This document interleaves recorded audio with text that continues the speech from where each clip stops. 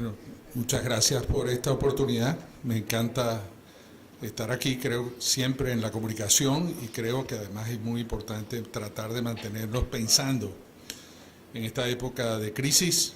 Tenemos que ver cómo podemos hacer con nuestros pacientes. Este es un tema que se aplicaría de manera muy importante a lo que podemos hacer con nuestros pacientes con pocas herramientas. Y a medida que vayamos desarrollando, ustedes se darán cuenta por qué. Pues me encanta ver aquí, por ejemplo, al doctor Gerardo Hernández, al doctor Betancourt, me encanta ver a todo este grupo de colegas que siempre vienen a todos los mítines, y creo que la única manera de poder mejorar en este tiempo de crisis es teniendo comunicación, y hay que tratar de mantener las reuniones científicas, ¿no?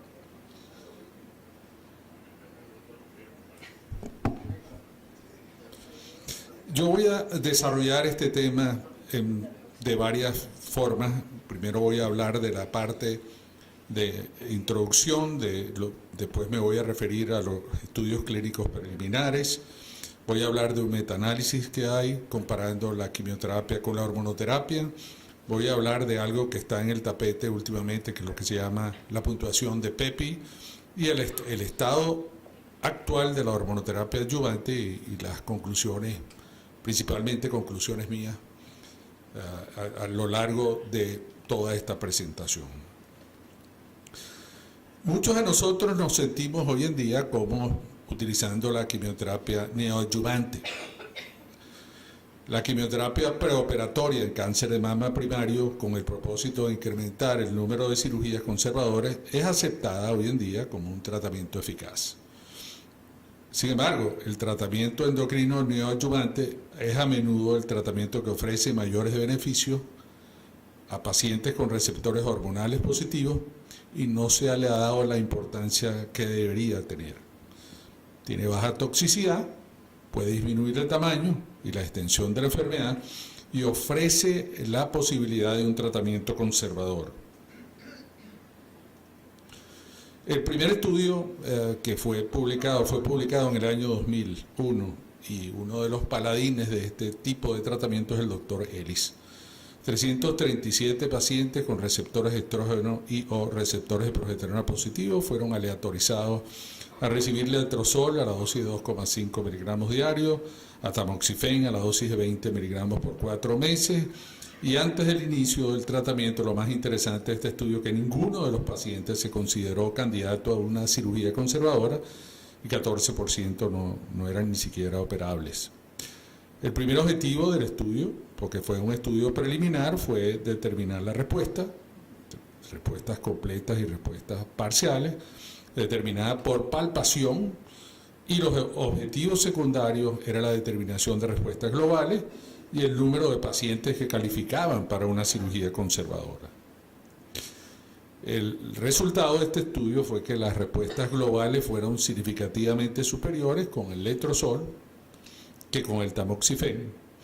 Las respuestas por ultrasonido y mamografía eran estadísticamente superiores con el letrozol, y lo más importante es que las cirugías conservadoras fueron estadísticamente significativas superiores con el letrozol, y los tratamientos fueron muy bien tolerados. Y esta es parte de lo interesante de estos tratamientos, ¿no? El estudio demostró que el letrozol era más eficaz que el tamoxifen, el tratamiento preoperatorio de los pacientes posmenopáusicas. Recordar que estas pacientes todas eran posmenopáusicas, con tumores que tenían receptores de estrógeno o receptores de progesterona positivos. El estudio fue analizado más profundamente en el año 2007, y lo que reportó era que era consistentemente una disminución en el número de respuestas de cáncer hormonodependiente comparado a los casos de hormononegativos. La terapia neoadyuvante endocrina es una lógica alternativa y ganó aceptación debido a que los inhibidores de la aromatasa han sido más eficaces que el tamoxifen en el tratamiento neoadyuvante. El estudio más convincente neoadyuvante fue este estudio que demostró la superioridad del letrozol y tamoxifen versus el tamoxifen. Este fue un estudio doble ciego también, en pacientes que no eran elegibles a una cirugía conservadora. Eso es lo más importante, que todos estos pacientes no eran resecables en el momento que se hizo el estudio. Otra de las cosas interesantes era que más pacientes tratados con letrozol fueron sometidos al tratamiento conservador, y la eficacia también fue muy importante en los pacientes HER2 positivos como en los HER2 negativos. Cuando se analizó la inmunohistoquímica por el Ki-67, que es una medida de la proliferación celular, el letrozol fue más efectivo que el tamoxifen en reducir la proliferación tumoral. Fue seguro, superior en el tratamiento de las mujeres posmenopáusicas con cáncer de mama localmente avanzado. Este es el otro estudio importante que fue publicado en el año 2005. Fíjense que tienen muchos años ya, que fue el estudio IMPACT. Este estudio comparaba el anastrozol, el tamoxifen o la combinación. Las mujeres con cáncer de mama invasivo, no metastásico, operable o localmente avanzado fueron aleatorizados a recibir tamoxifen a la dosis de 20 miligramos, anastrozol a la dosis de 1 miligramo o la combinación de los dos por 3 meses. Fíjense que en el estudio anterior eran 4 meses y aquí eran 3 meses. Y lo importante del estudio, que fue evaluado por ultrasonido y calibrador después del tratamiento endocrino. Se evaluó la posibilidad de cirugía conservadora y se evaluó la respuesta en los pacientes HER2 positivos y su tolerancia. En los resultados no hubo ninguna diferencia en este estudio entre los pacientes que recibieron tamoxifen, anastrozol o la combinación. De los pacientes que requerían, y esto es lo más importante, mastectomía al inicio, 44% pudieron ser tratados con cirugía conservadora después de recibir el anastrozol, comparado al 31% después del tamoxifen. Esta diferencia fue significativa cuando la evaluación fue realizada por un mastólogo, 46 versus 22%. Y las respuestas en los pacientes HER2 positivos, que constituían 38 pacientes, fue de 58% con el anastrozol versus 22% para el tamoxifen. La conclusión fue que el anastrozol adyuvante fue tan eficaz como el tamoxifen y mejor tolerado en cáncer de mama operable en las mujeres posmenopáusicas. De manera que estos dos estudios fueron los primeros estudios donde se vio que podían haber una reducción del tamaño tumoral utilizando medicamentos considerablemente menos tóxicos. Recordar siempre que la gran mayoría de los pacientes que uno ve con cáncer de mama son pacientes hormonodependientes o como ustedes quieran, endocrinodependientes. Entonces es lógico suponer que este tratamiento es un tratamiento que se le debería dar más importancia, ¿no? ¿Qué hacer? ¿Qué hecho es importantísimo? Solo el 8.3% de los pacientes obtienen una respuesta completa con el tratamiento de quimioterapia. De manera que cuando uno tiene pacientes hormonodependientes, uno no va a lograr la gran mayoría de las veces disminuir el volumen para obtener una respuesta completa. La gran mayoría presenta enfermedad residual después del tratamiento adyuvante. Entonces uno tiene que hacer un tratamiento adicional en este tipo de pacientes. Metaanálisis. Esto fue publicado el año pasado y estamos en la época de metaanálisis, pero creo que este es sumamente importante. Metaanálisis reciente de 20 estudios aleatorizados, incluyó 3.490 pacientes. Comparó la quimioterapia neoadyuvante con el tratamiento endocrino neoadyuvante en pacientes con cáncer de mama localizado con receptores hormonales positivos. Y lo interesante de este estudio es que la respuesta clínica radiológica y la cirugía conservadora fue similar con los dos tratamientos, pero por supuesto el tratamiento endocrino tenía menos toxicidad.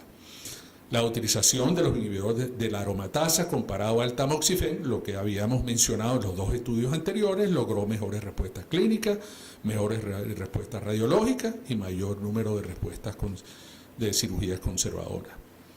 Los investigadores de ese estudio de metaanálisis concluyeron que la terapia neoadyuvante endocrina se asoció a respuestas similares a la quimioterapia neoadyuvante, pero con mucho menos toxicidad, sugiriendo que la terapia endocrina neoadyuvante debería ser considerada al menos en circunstancias apropiadas. El año pasado, esta es una referencia a algunos de los colegas, sé que Juan Carlos estuvo, vieron una presentación de una doctora Bogie que analizó casi 80.000 pacientes con cáncer de mama T2 y T4 con receptores de estrógeno positivos de 50 o más años desde el año 2004 al 2012. Y solo el 3.2% de los pacientes con tumores de moderado a gran tamaño habían sido tratados con tratamiento endocrino neoadyuvante. 11% de los pacientes con tumores T4 recibieron tratamiento endocrino, nada más. Y el uso de neoadyuvante incrementó los chances de cirugía conservadora en todos los estadios, a pesar de que la utilización fue de 3,2%. Matthew Ellis, que es uno de los paladines de este tratamiento neuroendocrino, así como el grupo del Martin en Inglaterra, así como el doctor Ian Smith y otros investigadores ingleses, atribuyen a un viejo concepto que la administración de quimioterapia hace 20 años se ofrecía a todos los pacientes con estadios clínicos avanzados. Hay una parcialización en contra de las investigaciones que se realizan con medicamentos relativamente poco costosos que no son promocionados. Los pacientes con tumores T2 y T3 y receptores de estrógeno positivos todavía reciben quimioterapia neoadyuvante cuando quizás, dice él, que es uno de los grandes paladines de esta área, un tercio no lo necesitarían. Todavía se ofrece quimioterapia neoadyuvante o cirugía inmediata a estos pacientes con tumores T2 o T3. Esta es mi opinión. Los pacientes quieren resolver su problema rápidamente a la brevedad y desean obtener resultados rápidos. Esperar 16 a 18 semanas produce mucha ansiedad. En opinión del doctor Ellis, estudios a largo plazo indican que un tercio, como lo dije anteriormente, de los pacientes no necesitarían quimioterapia y la mitad podrían evitar una mastectomía total. De manera que hay que pensar en esa posibilidad. Y los dos estudios que mencioné antes, PO24 Impact y numerosos estudios retrospectivos y el metaanálisis apoyan el tratamiento endocrino neoadyuvante. Este es el estudio ACOSOC, que es el estudio que comparó el letrozol con el anastrozol y con el exemestano, que fue un estudio donde el número de respuestas en pacientes que recibían tratamiento hormonal fue similar. Este estudio adicionalmente mostró que los cambios de Ki-67 durante el tratamiento hormonal como medida de proliferación y una caída del Ki-67, que mide básicamente las células que están G1S y mitosis, fue predictiva de una respuesta hormonal al tratamiento endocrino, mejoró el pronóstico y por eso los pacientes continuaron con el tratamiento endocrino. Los pacientes que presentaban un Ki-67, más del 10%, eran sometidos a quimioterapia adyuvante o a cirugía. El hecho de que uno empiece con tratamiento hormonal no descarta que el paciente no tenga posibilidades de éxito con otro tipo de tratamiento. Y este índice preoperatorio, que lo llaman el PEPI, incluye tamaño patológico, incluye el estado de los ganglios linfáticos, el nivel de Ki-67 y receptores de estrógeno. Esto es interesante porque con estos 4 factores que se pueden hacer en cualquier laboratorio, uno puede tener una idea de cómo están las cosas después del tratamiento neoadyuvante, siendo más importante en esa situación. Aquí está el índice de Allred, que creo que el Hospital Urológico San Román lo hace usualmente el Departamento de Anatomía Patológica lo hace de rutina, pero aquí vemos, por ejemplo, que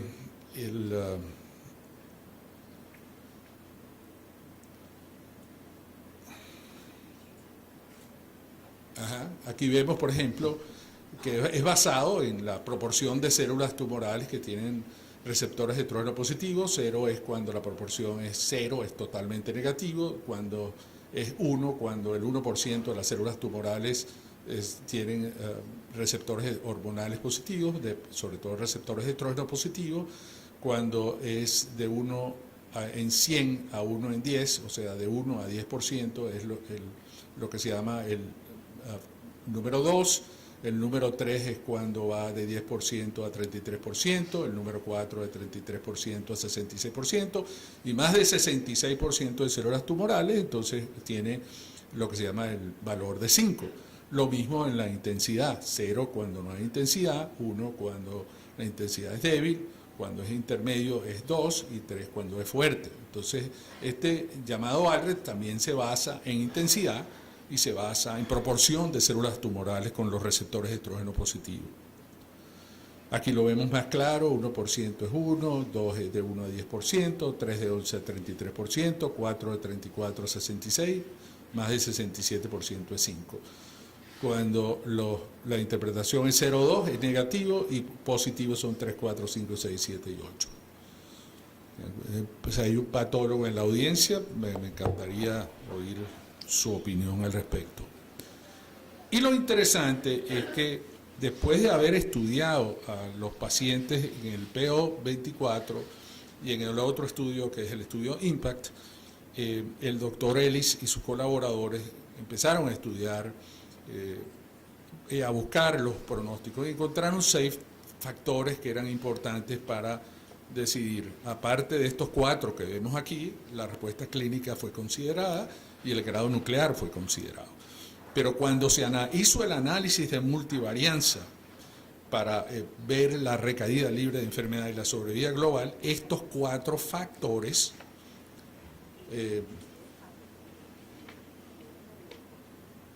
el tamaño tumoral patológico, los ganglios, si eran positivos o negativos en el momento de la intervención, el Ki-67 con sistema logarítmico a medida que de 2,7 hasta más del 50%, y el índice de ALRED fueron los factores que fueron considerados. Y a estos 4 factores fueron los que fueron estadísticamente significativos cuando se tomaron en cuenta los 6 factores mencionados. Este índice tiene varios puntos. Uno es el índice se le otorga al tamaño celular. T1, por ejemplo, y T2 tiene 0 puntos, T3 y T4 3 puntos. Lo mismo para los ganglios, si son los ganglios negativos en el momento de la intervención es 0 puntos, si los ganglios son positivos son 3 puntos. El Ki-67, a medida que la proliferación celular va avanzando, tenemos, por ejemplo, 0 puntos, 0 de 2% hasta 3 puntos cuando el Ki-67 es mayor del 50%, y lo mismo con el ALRED score, es decir, cuando son muy negativos, que cuando son positivos, la diferencia en puntos es importante. Entonces ellos pudieron construir con sus estudios 3 grupos. Grupo 1, que tienen puntuación 0, sería el paciente ideal que uno podría considerar para continuar el tratamiento con hormonoterapia adyuvante. El grupo 2, con puntuación de 1 a 3, el grupo 3 con puntuación de 4 o más. Y lo interesante de este estudio es que cuando uno analizaba los 3 grupos, y lo podemos ver, el verde es el grupo 1, el grupo rojo es el grupo 2 y el grupo 3, el índice de recaída disminuía notablemente desde el grupo 1 hasta el grupo 3. Por ejemplo, en el PO24 el número de recaídas era de 4, es decir, un 10% en pacientes que pertenecían al grupo 0, cuando los pacientes tenían una puntuación de 1 a 3, tenía una recaída del 23%, y cuando los pacientes tenían más de 4, tenían una recaída del 48%. Y lo mismo hicieron en el estudio IMPACT. Y fíjense que a pesar de que las diferencias no eran tan marcadas como en el grupo, con el estudio PES24, había una diferencia, queriéndoles decir de que cuando el paciente recibe el tratamiento hormonal y tiene excelente pronóstico, esos pacientes generalmente no van a requerir de un tratamiento adicional, que era lo expresado por el doctor Ellis. El PEPI de 0, como les estaba mencionando, es más favorable y se logra cuando se tienen tumores T1, T2, cuando los ganglios son clínica y patológicamente negativos, diría yo. Ki-67 menor del 2%, y la puntuación de ALRES de 3 a 8. Un índice pronóstico de 0 tiene un pronóstico excelente de sobrevida libre de enfermedad y esos pacientes probablemente no requieren de tratamiento adicional. El índice pronóstico preoperatorio en la mitad del tratamiento es todavía más importante y la determinación del KI67 tendría valor pronóstico, que es el índice preoperatorio antes del tratamiento endocrino. Es decir, se podría determinar si el paciente requeriría tratamiento de quimioterapia o de quimioterapia después de la cirugía.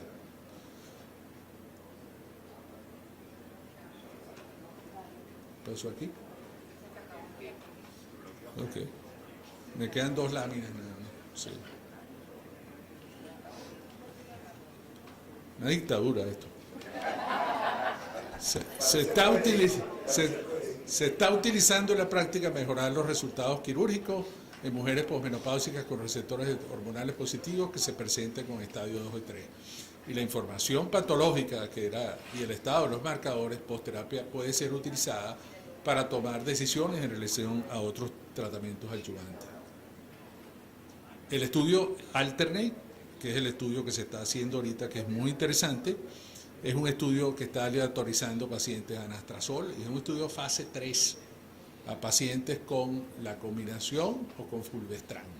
Y el objetivo es comparar su eficacia en obtener un índice PEPI de 0 con un tamaño menor de 5, es un índice modificado de PEPI y un KI67 menor o igual del 2%.